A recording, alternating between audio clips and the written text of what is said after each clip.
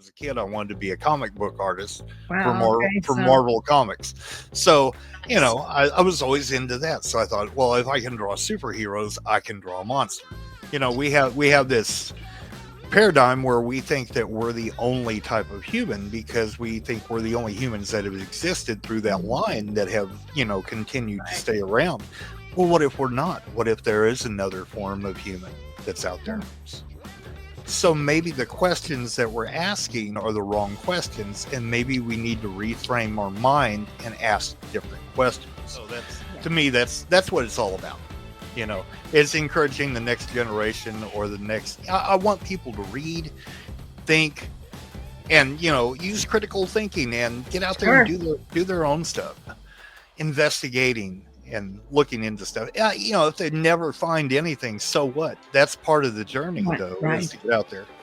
When I was 5, I lived with my mother and father and older brother. At least I could draw, I told myself. It was just me, my cats, and my imagination. Created protective cover, just enough where he could keep his underwear on.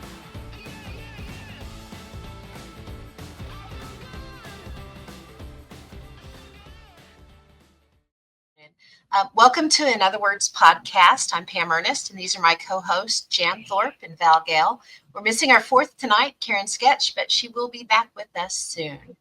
And tonight's guest, all the way from Pocahontas, Arkansas, is author, podcaster, and all-around great guy, Robert Prevo. Welcome to the podcast, Robert. Woohoo! Thanks for having me on. It's a pleasure to be here with you, ladies. Absolutely. And so, Robert, can you tell us a little bit about yourself? Nope, I don't know anything about me.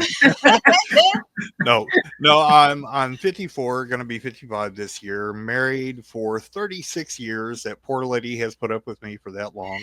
I've got 2 great kids. They're adults. I've got 6 grandkids, and I have been involved in the paranormal and cryptozoology for decades and decades. So, I grew up kind of with it, being a Gen Xer. I'm one of those who grew up with In Search Of, and, Bigfoot, Loch Ness, all those things were always going on, and, they were always far away and mysterious, and, they always piqued your interest. And we had all the good scary movies, all the good werewolf movies, all the good vampire movies when we were growing up. Oh, yeah. Yeah. And so, I think it was almost a culture of monsters and an interest in monsters, the occult. We had during the 80s, you had the big satanic scare and all the other stuff. So, everything was going on during that period of time. So we were kind of geared in towards this kind of subject. So I was always interested in it. I was always in the woods, and I grew up experiencing paranormal things my entire life. If you do listen to my podcast, one of those that you'll pick up on is the Hat Man one that I had. I've got that on there. That was a pretty scary one for me. But I've experienced things in the forest that I couldn't understand or explain. Sudden times where everything fell completely quiet, or the feeling that something is following you, something is watching you. And it to me, it's just old hat. I've been doing this my entire life, kind of. So, and then I was involved with cryptozoology.com, which is defunct now. They're not around anymore. I used to be an admin on there and a writer for them. I wrote several blogs and articles for them. And I was investigating Black Panthers, North American Black Panthers at the time. At the time, there was a lot of confusion whenever you said Black Panther. You'd get jaguars, you'd get leopards, you'd get all this, and a lot of confusion. So I coined the term NABP, North American Black Panther, to kind of streamline everything. And so that's one of my claims to fame, and took a little bit of break in there, of course, raising kids, having a family, doing jobs and stuff, and kind of brought myself back around. And, technology kind of caught up with where I wanted to be and what I wanted to do, got re-involved in Facebook groups, started my own Facebook group, thought, well, let's start a podcast. and met up with Pam and everybody else and started my podcast. Have had a ball doing that. We're just a little over a year now being in on the podcast, and so we're doing the podcast itself where I'm interviewing people. I interview researchers, investigators, eyewitnesses, authors, just whoever's involved in that kind of thing. And then we have the Cryptid Field Guide, which is kind of an extension of the book that I have out, which I put out. I think I put it out just before I started the podcast. And, to give people an idea of, the different cryptids and entities that are out there. So busy guy. I'm busy all the time. You are. Can tell us, I'm really curious. Now, what was the Hat Man encounter? Okay, so the Hat Man encounter. So if you know anything, we'll pretend you don't know anything about Hat Man. So do that. Okay, so Hat Man is one of the shadow people, or shadow people that people see a lot. Often shadow people are encountered in the bedroom in the middle of the night, or maybe even in the forest, or in dilapidated buildings where they see it just out of the corner of their eye, or maybe even directly on. But the Hat Man is supposedly one of those that's just a little bit more evil, malignant. People aren't sure. There's always this feeling of just being terrorized with it. Yeah. So kind of the best way I could explain it is imagine the shadow of a human being who has like a long trench coat on, but has that wide rimmed hat. Oh yeah. That's very scary. Yeah. And, and with you being involved in mental health, I'm sure that's come up quite a few times in the lore, especially in that. But yeah, it's kind of a phenomenon that for me, it happened in the early 80s, and it really didn't pick up and become popular, I think, until the 90s to the 2000s. Yep. But yeah, it happened to me in the 80s. It actually happened for me. It happened in a dream where I dreamed that in a nightmare where this thing was after me. I woke up. I happened to have my room in the basement of our house when I was a kid. I think I was like 17, 18. For some ungodly reason, I have no idea why, I felt like I needed to hurry up and get to my girlfriend's house and warn her. Now, that girlfriend is the lady I'm married to now, so we've been together since then. So I, got dressed, got on my shoes, snuck out the back door, got across that this field where I realized one of my shoes was untied, bent over to tie my shoe, and this massive shadow just shot over me. And to say that I ran probably, the 50-yard dash in record time is, understating it. She was about a quarter of a mile away from where I lived, and I hauled butt. Now I got about probably halfway up there, and there was a street light that set over this old house that was on a corner, and I turned around to kind of look back because of course I was scared to death, and there's this Hat Man down right under the light, just hovering and just watching me. And that's when I was like, nope, and I'm gone. I don't think Speedy Gonzalez could have kept up with me. That is terrifying. But yeah. So you first saw Hat Man in your dream. Yes. And then he manifested outside. Correct. Yeah, because I work a lot with dreams. I mean, it's one of what I wrote my dissertation on. So I've collected dreams for 25 years, if not more. Yeah, and that's when so many entities show up, is in the dream. But then you're right. It's not just. That's when people begin to think we're not just in one dimension. There's more to it. Well, Jan, you and I could have a lot of interesting conversations because I have some of these strangest dreams where I swear I see colors that don't exist. Yeah. That's pretty cool. Yeah. I love it. Yeah. It really, dreams are amazing. And, of course, I always get from some clients, oh, no, I don't dream. And I said, yes, you do. You do, but you're just not remembering them. But and I had one client where he said, no, I never dream. And then finally I said, well, bring in a dream and let's see what happens. And he stayed with me for 10 years, because then he got fascinated. Mm-hmm. Yeah. Well, I think dreams are absolutely fascinating. Yeah. Once you experience, with someone who sort of gets you into the dream. Oh, what's over there? What happened there? What did that look like? How did you feel? Because dreams are emotional events. Mm-hmm. Mainly. Yep. I mean, they're very visual, but it's it's the emotions of the dream that is so outstanding. Yeah, at some point, you and I will have a conversation where you can psychoanalyze me due to this one reoccurring dream that I have. Yeah. That'd be fun. That'd be interesting to find out about. Well, my main point of my dissertation was only the dreamer can know what the dream means, but it really helps to have someone who knows about dreams to work with, because even alone, I cannot interpret my own dreams. I need someone else. Right. So, psychotherapists, that's what we do. We tell each other our dreams if they're into, friends that I have who are into dreams. Yeah. Right. Yeah. Because not everybody is. Okay. So the way that I met Robert was actually through a friend of mine I do another podcast with named Adrian. We do a paranormal podcast. And he had brought Robert on at the time because of a book that you had written. And I have a copy of it here. It's Monstrous, Arkansas. Can you tell us a little bit about this and what went into, how did it become a book, and just tell us a little bit about it. Sure, absolutely.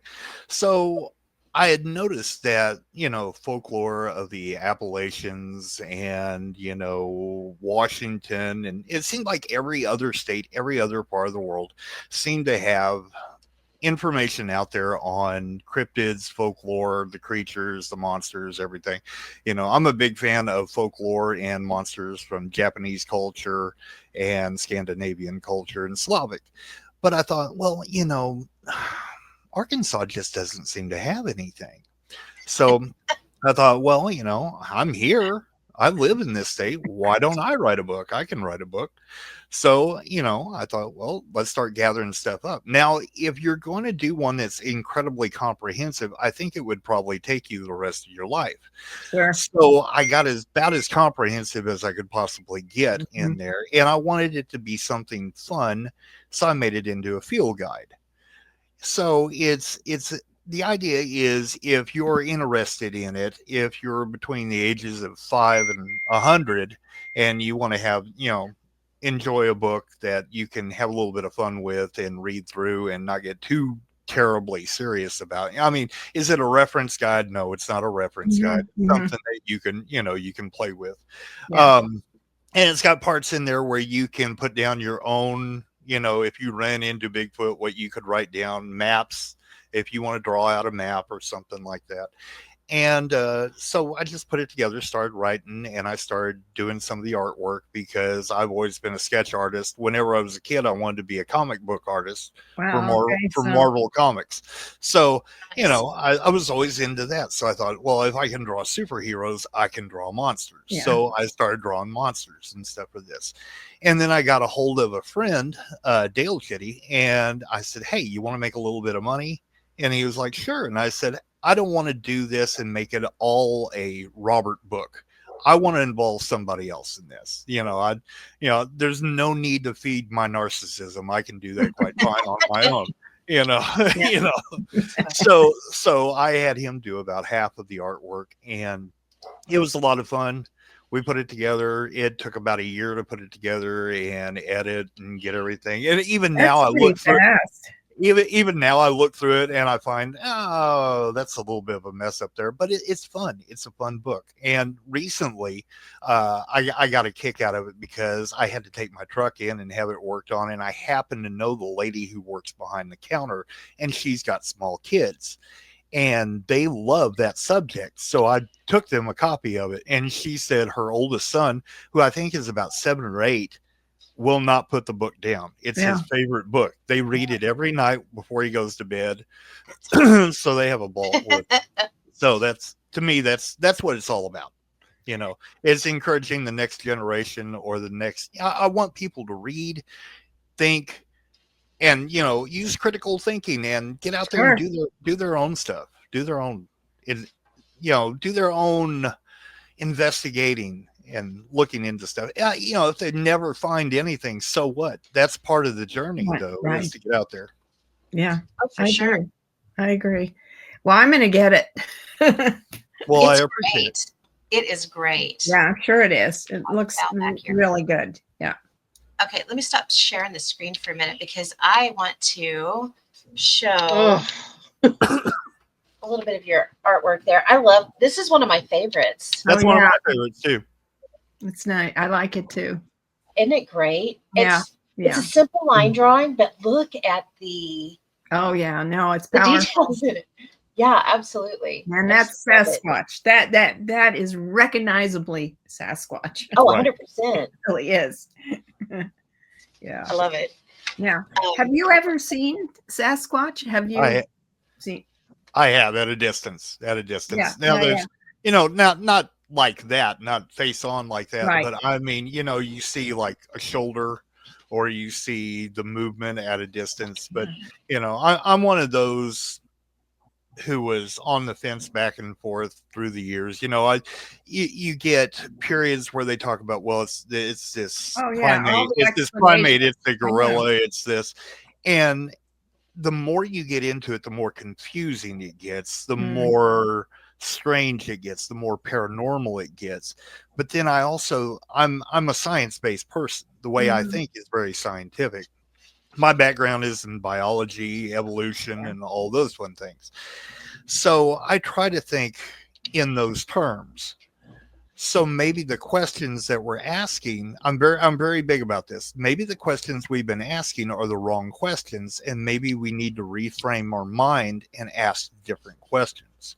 Yeah. So I tend to lean more towards this is a type of human out there rather than this is this big gorilla that's running around running around out in the forest. Can you just explain that a little more? Because I'm really fascinated by that, because I think that makes sense to me.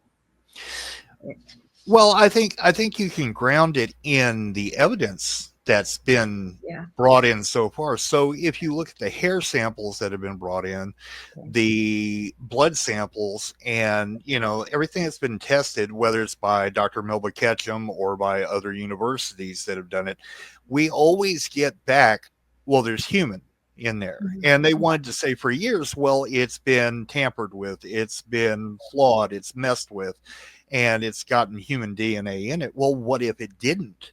What if it actually is human DNA that's showing up in there because it's human? Yeah. Right. We have this paradigm where we think that we're the only type of human because we think we're the only humans that have existed through that line that have, continued to stay around.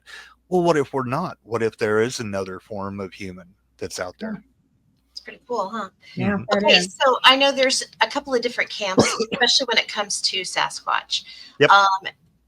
That there's one camp that thinks they are absolutely a flesh and blood creature. And then there's the other camp that thinks that they could possibly be interdimensional or, a ghost even. I've heard that before. Yeah. What are your feelings on that?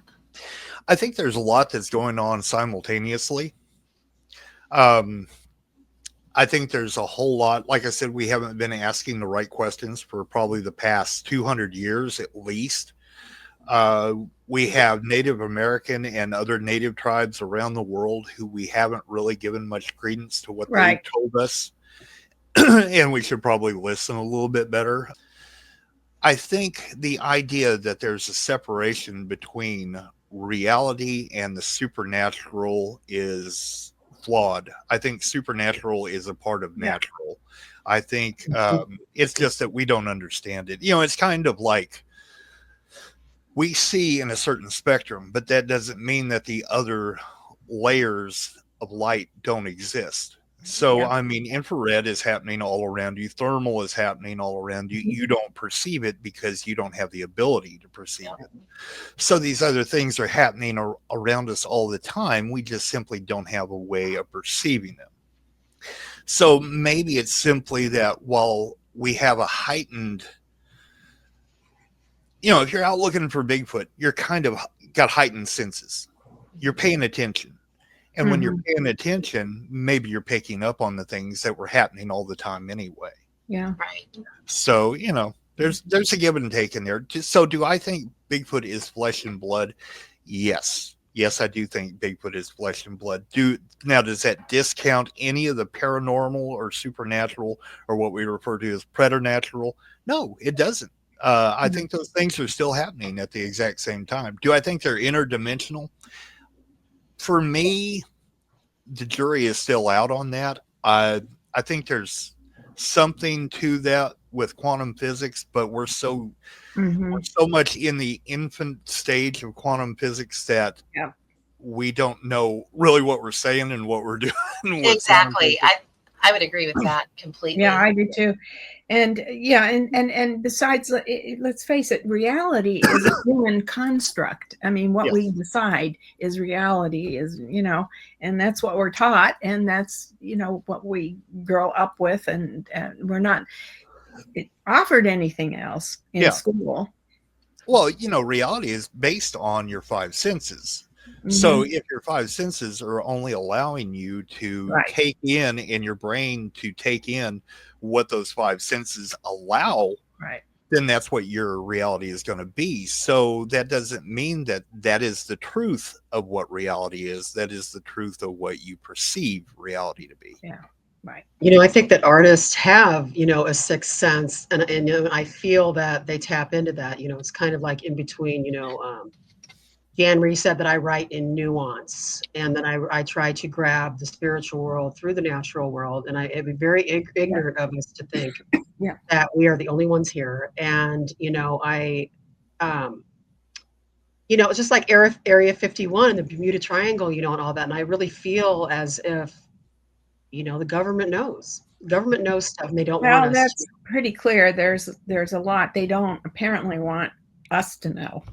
Well, because knowledge is power, and it can probably disrupt the power dynamic. So that's what it's about, So I really do feel that,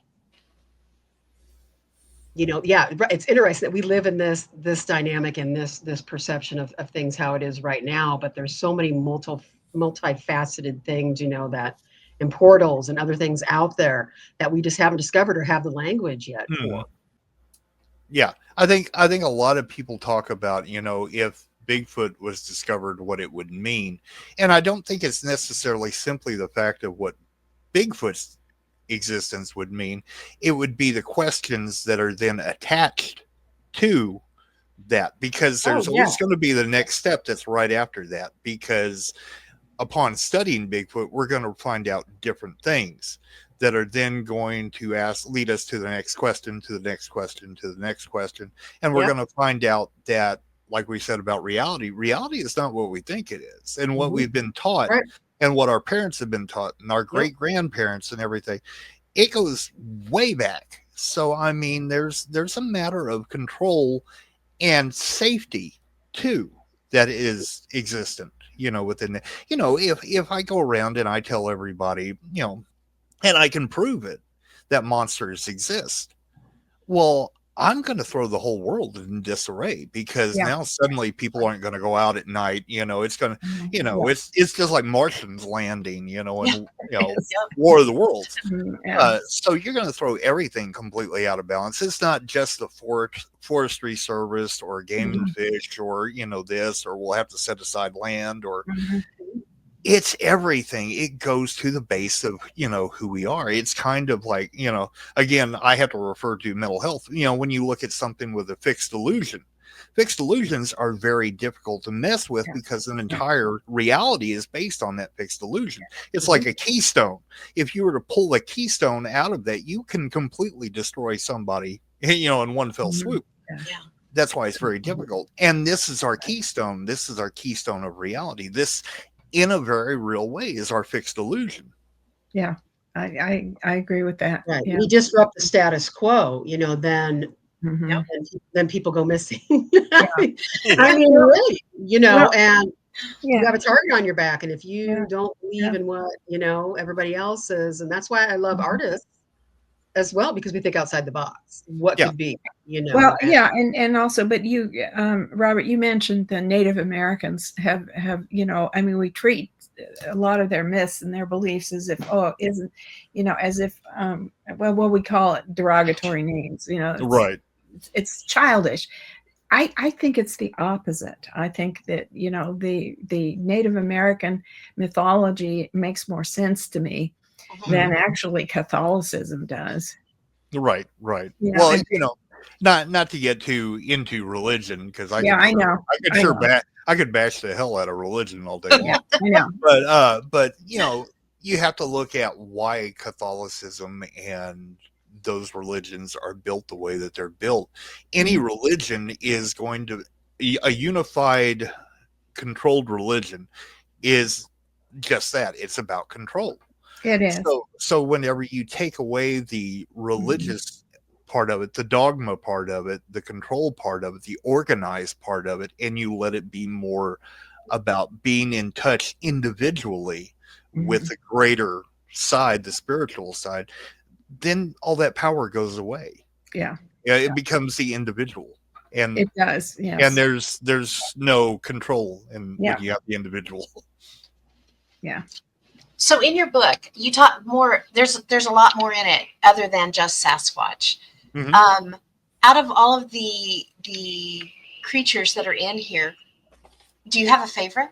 I knew you were going to ask me that, and I was not. Is it like choosing a favorite child? I was nowhere near prepared for that. I think the my two. I'm never prepared for anything. That's ADHD at work with me. Yeah. So if we're looking at probably my favorites, there's two that are my favorites. One because I find it so plausible, and then the other one because I find it to be so puzzling. The one that's so plausible, of course, is Sasquatch. I think the evidence for it is overwhelming. I think it would almost stand up in a court, court Yeah. Evidence. as far as Yeah. that. Yeah. The one that I find so puzzling and that I think has been so misconstrued, and I'm really working on that, is probably Dogman. I find Dogman to be extremely interesting in that it has, through the counterculture, has become so popular with over the past decade and a half. It's almost taken the place of Bigfoot as being, that big, the big cryptid, that represents cryptozoology and, stands out on, the placards that says, here's where cryptozoology stands. And it crosses the boundaries between cryptozoology's biological side and then the paranormal side, and it's such a blur. It's like the puzzle that was dumped out on the floor and somebody needs to arrange it. Huh. I'm the guy who's the weirdo who wants to go and arrange You it. tried to And figure it, it out. Yeah. for connections. You want connections. yeah. Well, I'm kind of like the old fairy tale. If you ever come across an elf or whatever who's driving you nuts, just pour salt on the floor, and they have to count every one of them. I'm the one who has to go down there and count every piece of salt. So. It's interesting that you brought up Dogman too, because when we're talking about a frame of reference for things and not having a frame of reference for some things, what we're finding, and we may have had this conversation before, is that maybe when we didn't have the frame of reference of Dogman, everything was Bigfoot. Every big creature like that was Bigfoot. And now we're starting to realize that maybe some of those that were called Bigfoot were actually something else, and maybe that something else was Dogman. When did Dogman show up first? When was that? It's actually kind of been around for a long time. The more we're Okay. digging into the research, we're finding that there were things in Appalachia. Yeah. There were things that were in Canada. There are Okay. these things that are referred to as devil monkeys. There are Yeah. when you get into Appalachia, there's the devil dogs. There's, you get into the rougarou, you get into the loup-garou, you get, it's just everywhere. There's little bits and pieces of a puzzle that kind of get put together. We even go back into the Slavic lore, the German, the French, Okay. where you get into the werewolves and stuff like Yeah. that, Yeah. which Yeah. kind of gets drug into that, and people Mhm. make a mess out of it, a mess Yeah. out of it real quick. Yeah. So yeah, it's been around for a long time. It's just trying to line up all the pieces and find out what's real, what's baloney, what you can kick to the side, and without breaking somebody's heart when you do that. Exactly. Because you have so many people who are wrapped up in the idea of it being a werewolf or it being this or being that. I don't know anybody who would, honestly really want there to be werewolves running around out there, or No, vampires. definitely not. We have this over romanticized idea of what these things are, and they set aside the whole idea that these are predatory monsters that go around tearing people apart, so Yeah. it's a job. It's a job that usually makes me out to be the villain, because I'm trying to get to the logical, scientific Yes. side Yeah. of it. Yeah. We have one story of a sighting back in the 80s. Mhm. It was around the time that I saw the Bigfoot with my friends. There was another friend. We were up on top of the hill, very close to where that sighting was, and he had wandered off to use the restroom. Mhm. And we hear him screaming, and we're like, what happened? And we go back, and he's like, Catman got me, which was our local term for the local Bigfoot. He was called Catman, but he's holding his arm and he's bleeding profusely. And we're like, thinking he got caught up in a barbed wire fence, But then when we look, he's got 3 huge gashes in his arm, and we had to take him back to town and to the hospital to get stitches because it was that bad. And he swore that Catman reached out and grabbed him. Mhm. But, and so we're at the time, we're like, okay, then if it was Bigfoot, is Bigfoot, whatever. But just within the last 6 months, Jess was like, you know what? Your Catman story where your friend Sean got scratched so bad and everything. She's like, I've never heard of a Bigfoot actually scratching somebody, but I have Mhm. a dog man. Mhm. And we were like, the light bulb went off. We were like, oh my gosh. Maybe that was a case where we were calling it Bigfoot because we didn't have that frame of reference. Yeah. You didn't have any, huh? Yeah. Yeah, I actually remember you bringing up that story at the bonfire, and we kind of talked about it then. I think that's when we started discussing that it might be possibly Dogman. Yeah, and so I did have that conversation. I couldn't remember. You did. Good deal. Pam, does your friend still believe that happened? Has he changed his mind at all, or is that He passed away a few years ago, okay? but up until that time, he never changed his story. Okay. He always kept that story. Mhm. Yeah. Well, I mean, that's significant, I think, because, as we grow older, sometimes we rethink things and think, oh, no. Yeah. Yeah. Good. Interesting. That wasn't it. It had to be something else. No, he never changed. Mhm. Not Yeah. once. So, Yeah. yeah. And see, that's not the only instance of there ever being reported a Catman. That's popped up in Mississippi, Alabama. Usually it's in the South, in Georgia, Florida, areas like that, Mhm. where I think even in the Appalachians, where Catman has popped up before again and again. And usually in the same areas where now we're starting to see reports of Dogman pop up. So, it's Mhm. kind of weird. It's kind of weird. It's I interesting. think it's more prevalent in the South because of like black magic, or whatever, or anything like that. Or what do you think about, how do you think that plays into it? I'm sure that does play into it when you get down into Louisiana. Of course, there's Right. voodoo that happens, voodoo, hoodoo. When you get out into the Appalachians, there's the old Appalachian witchcraft that everybody believes in. And, so there's it, especially when you get back up in the hills, even in the Ozarks here, Mhm. you've got almost the same culture microculture, I guess you'd say, as you have in the Appalachians. It's just a little bit more suppressed, probably. But yeah, so you've got that same Yeah. Germanic, Irish, Scottish witchcrafty thing going on. Well, you mentioned, voodoo, and my first book is entitled Ancestors, and I bring in African voodoo, and I did a lot of research, so I learned a lot. And going from thinking voodoo, it's just woohoo, to it's very serious. Oh yeah. And again, I was almost like a convert, not so much to being a follower, but to understanding it. And it made so much sense to me. Oh yeah. Yeah. So it's kind of that way where once you begin to, put yourself in the mindset of what this is all about, one's whole reality changes. Mm. So it's Right. opening up the mind to, What's funny about voodoo is it's almost the antithesis of Catholicism, where Catholicism went around and it took in other religions and it brought them and it made them a part of Catholicism, especially in that area.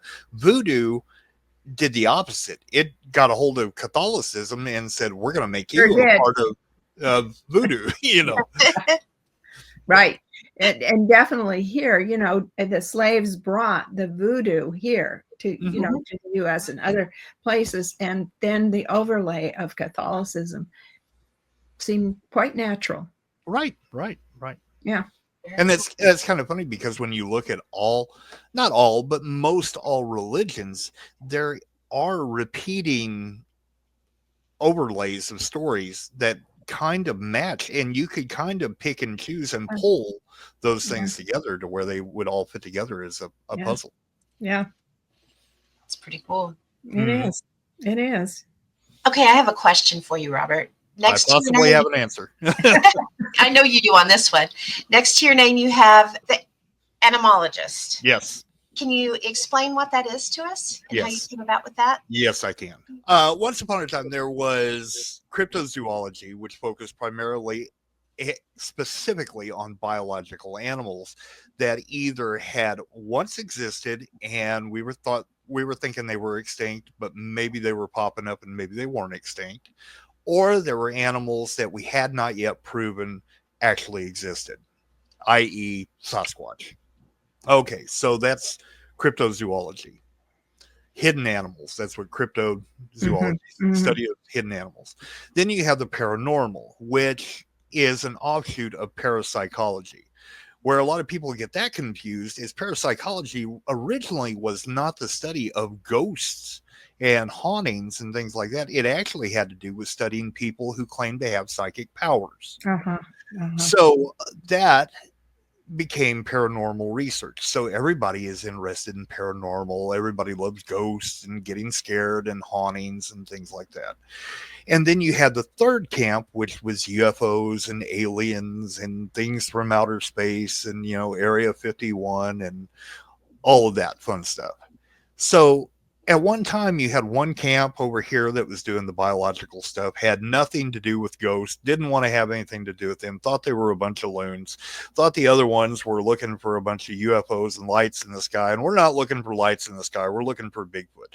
The one over here was looking for lights in the sky and aliens and didn't want to hear, well, Bigfoot's definitely an alien, and then you had the ghost hunters who were over here. Well, the lights in the sky are actually ghosts. And then we got into the 90s and the 2000s where everybody started to talk a little bit and started to cross camps.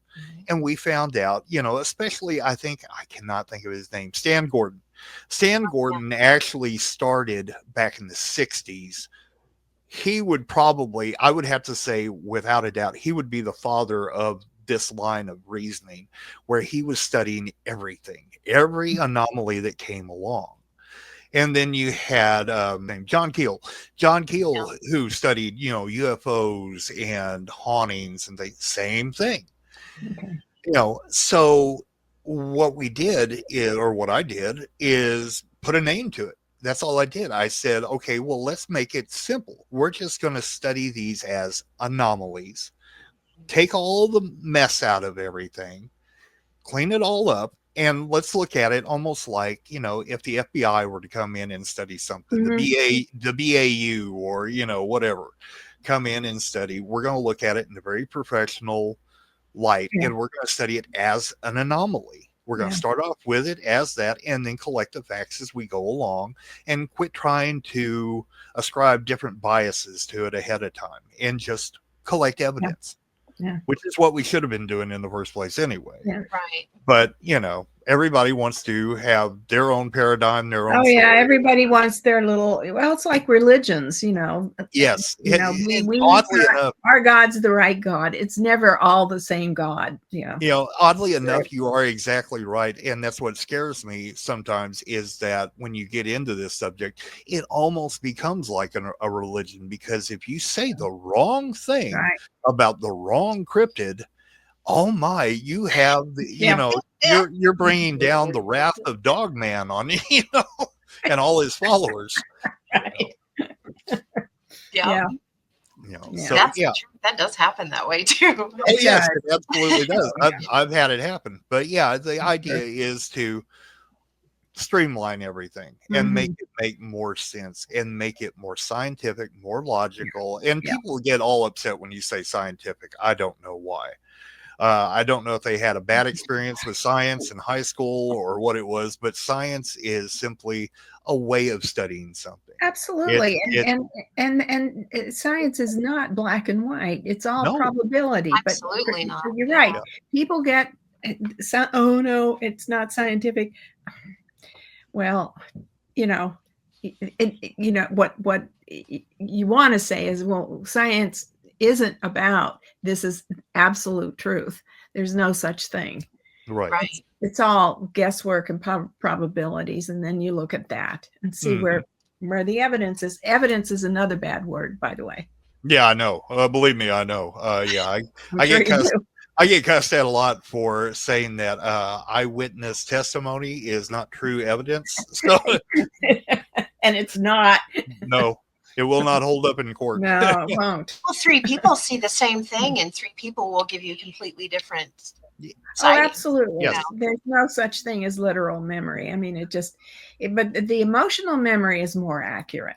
So if you were in the forest and you saw something and you were freaked out, like Robert, when you ran to your girlfriend because that man's out there, your memory of that is absolutely accurate. And it's the emotion that burned it in your brain. Exactly. And what Pam said just a minute ago about, 3 people, there's actually a really well-documented case of 2 people who saw a Sasquatch simultaneously. One described it as black, the other described it as white. Don't you love it? Yeah. Completely opposite. Yeah. It's the way that your mind interprets something that can be so polar opposite from the person right next to you. Absolutely.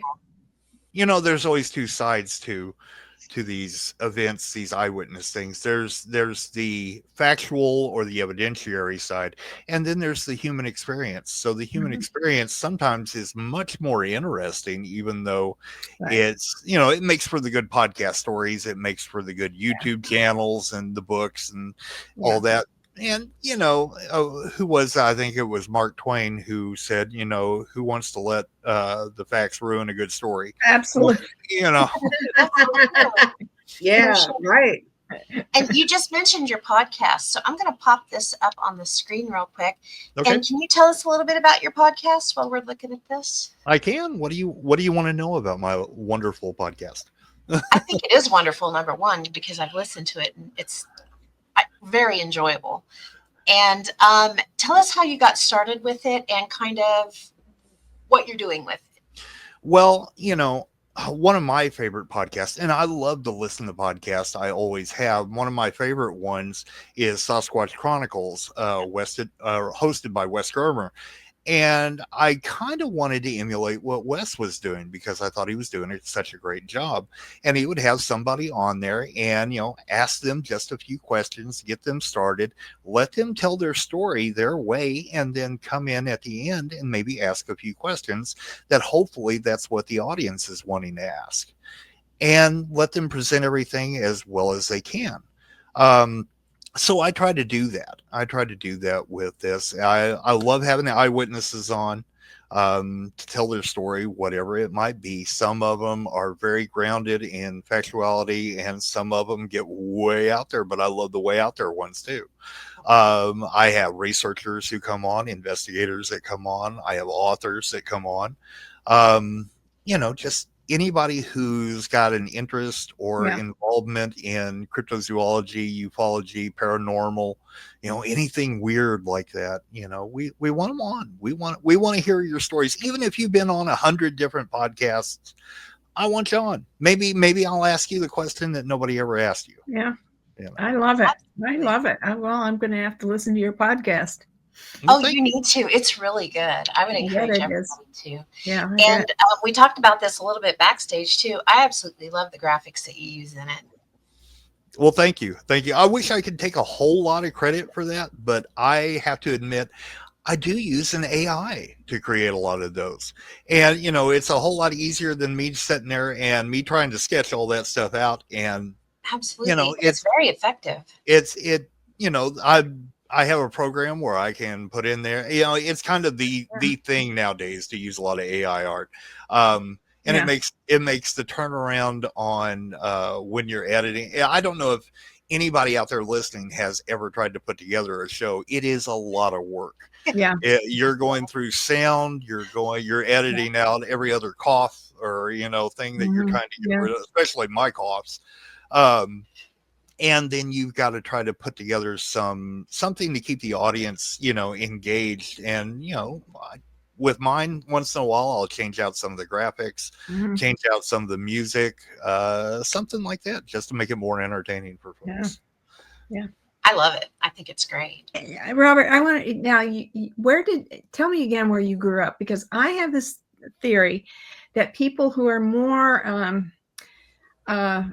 able to understand what we're talking about grew up spending a lot of time outside, particularly in the woods. And I did. And my husband and I share that. He thinks that's why we got together, because we both spent so much time outside. Absolutely. Wandering around. Yeah. I grew up, I'm the youngest of a mixed family.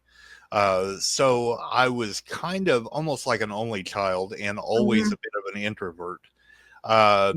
So, and also, never really told by a doctor, but I know I've always had ADHD. I mean, everything's there. Didn't do well in school because of it. My brain was somewhere else, going somewhere else, next to nothing. But I always did well on my tests. I was that's my husband too. He got through law school, but I don't know how. He was so bored, but he passed the bar. Yeah. I totally get that. But, I was never one for socializing. I never really felt like I fit in with people around me.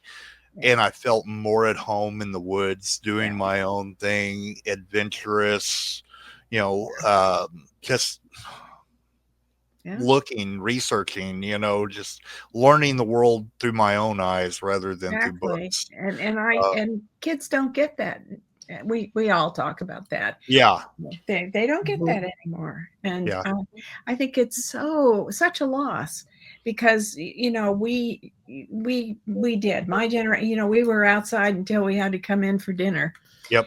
And, that was a way of life, but now it's the opposite. Yep. Now I grew up in Northeast Arkansas, and there's a state park that's right there. It's Lake Charles State Park. And I grew up right on the edge of that lake. So, I was walking around the lake. I was in the woods. I was, if it was anytime that I wasn't in school, my butt was in the woods. First of Right. all, you didn't want to be in the house because No, if you you were in didn't. if No you were in one. the house, mom made you clean, and who the hell wants to do You had that? chores. Yeah, Did you clean your exactly. room? Have you done your homework? Exactly. Screw that. Right. You Yeah, know, you didn't dare say I'm Yeah. bored. no, Yeah. and mom was one of those. She told you to clean your room once, and after that, she would throw stuff away. So you know, I always joke that I I'm think that I had mom. I always joke that I think I had a little brother at one time, and I forgot to pick him up. You know, but That's hilarious. Yeah. I would, keep everything as clean as I possibly could, Yeah. and then I was gone, because Yeah. I did not want to be helping with anything else like No. that. I had my No. own thing I wanted to do. Yeah. So yeah, I think you're right. I think it's a matter of mindset, intent. Mhm. I think intent has a lot to do with a Mhm. lot of Yeah. the experiences that people Yeah. have. I think intent comes up over and over. I think kids who are looking for, my dad used to say, be careful what you look for. You just might find it, Mhm. which just made me look for things even harder Yeah. Of course. until I found them. And Take that to heart. yeah, exactly. Yeah. And so, yeah, I think you're onto something. Definitely. I think Yeah. kids who are more adventurous are Yeah. bound to have those kinds of things. Yeah. I think So so. do you still spend time in the woods? Oh Do you- yeah, absolutely. Yeah, there's an area that a friend of mine has up in Missouri where there's activity that was going on. It's kind of gone dormant for a little while right now, but there was Sasquatch activity going Mhm. on up there where we've been investigating. We've had out game cameras. I've actually been there when the screams have happened in the middle of the night and in the middle of the day. Um, we followed trackways. We, had the experiences where you feel like you're being watched. Yeah. All that fun stuff. So Yeah. it's a ball. I wanted to ask you a question about what do you think the connection, because I was actually just talking to people about this the other day. I really, really feel as if nature and excuse me, and the complexities in nature and the transformation from caterpillar, to butterfly and all the signs that nature gives us that there's something more that's Mhm. transformative. What do you think about aquatic life and stuff like that and just how people think that something like octopuses come from outer space and stuff like what do you think about like the fossils and all that? Do you think that that gives us any insight into what's there? Definitely what has been there, but I mean, what do you think about all that? That's a heavy question because there's a lot of layers to that. So I'm gonna address the fossil record part first.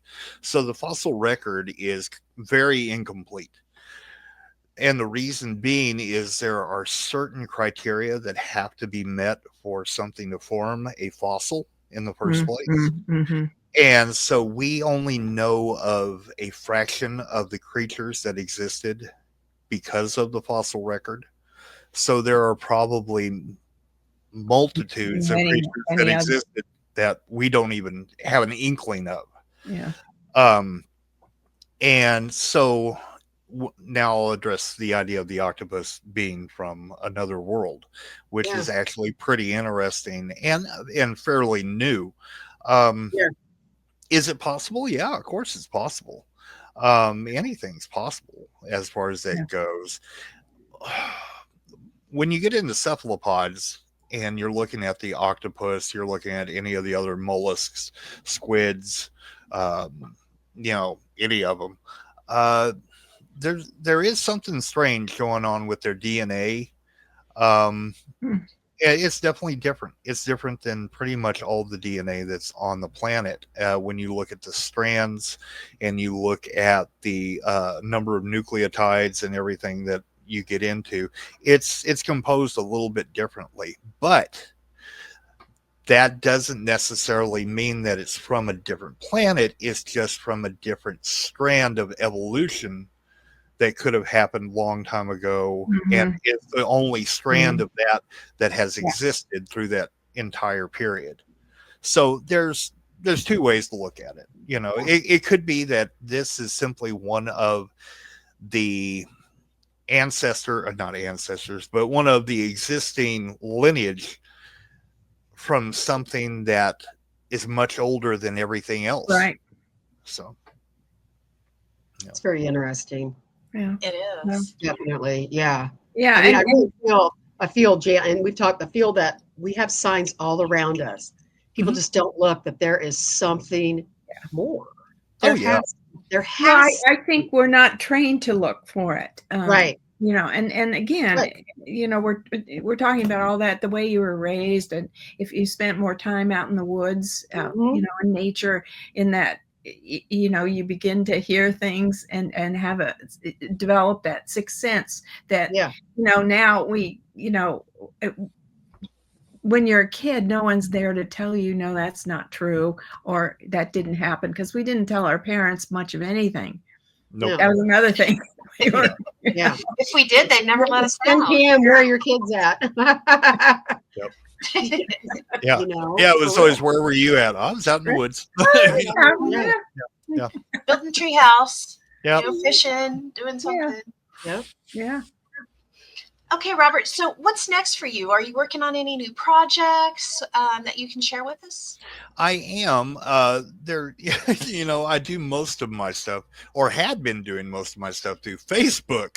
So I won't even get into the goofy story of why I am not on Facebook right now. Just let Okay. it be known, it makes no sense whatsoever. But anyway, so you know, I do have other ways of communicating with people, like through Instagram and YouTube, and my email and everything. So I'm kind of taking this as a sign from whatever you want to call it, God, the other side, that I need to do something else, add something else into this. So I'm building my own website. Now, the website for Monstrous the podcast should be active, fingers crossed, Thursday of Oh, the wow. coming Okay. week. So Okay. yeah, and it gives me a chance to kind of do more than I was able to do on Facebook. I'm one of those that always missed MySpace because you could do blogs, Yeah. you could write Yeah. stuff out. Yeah. So this gives me the opportunity. I can write blogs on there.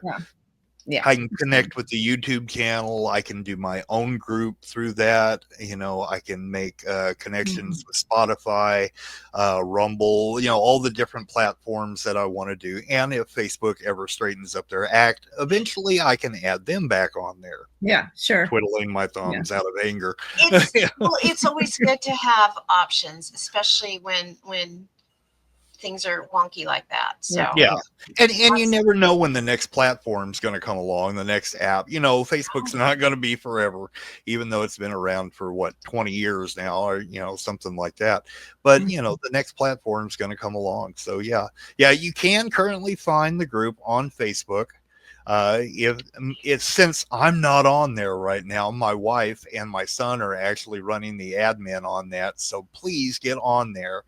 It is still great. We get on there, we talk about, everything from the monsters to, we have a lot of fun. And, it's a place where you can get on there, you can ask questions. We don't allow anybody to come on there and make fun of you and say derogatory things and all that. If they do that, I'm going to have them kicked out. If you come on YouTube, please ask questions, talk to me in the comments, subscribe, all that fun stuff that everybody's going to tell you. Do ask questions, because I will be on there a lot more answering questions because I have no time to spend on Facebook right now. All right. TikTok, we get on there every so often. I do some shorts on there and put on and have a lot of fun. If anybody watches TikTok, Amber Bowden Vance, who does the You Want to Hear a Story, she's a good friend of ours, and she's so good. Yeah, she is. We just did a podcast episode about the Missouri cannibals, which was really interesting. Wow. Oh, yeah. Wow. Okay. So yeah, and she's really getting into that, and we all have a lot of fun, doing those kind of things. So yeah, monstrousPodcast.com should be live theoretically Thursday of either next week, hopefully. And you can pick up my book either in the paperback or in the hard copy on Amazon. And I am slowly but steadily working on the next series of books, which is Anamology 101. And it's going to go through teaching how to do investigations, research, collect evidence, and Fantastic. all that fun stuff. That's fantastic. That is great. That's great. Well, Robert, thank you so much for coming on with us today. This has been a blast. Yeah. It was a ball for me. Good. To see you Great to meet you. I'm going to order your book right now. Thank you very much, Dan. Nice to meet you, Robert.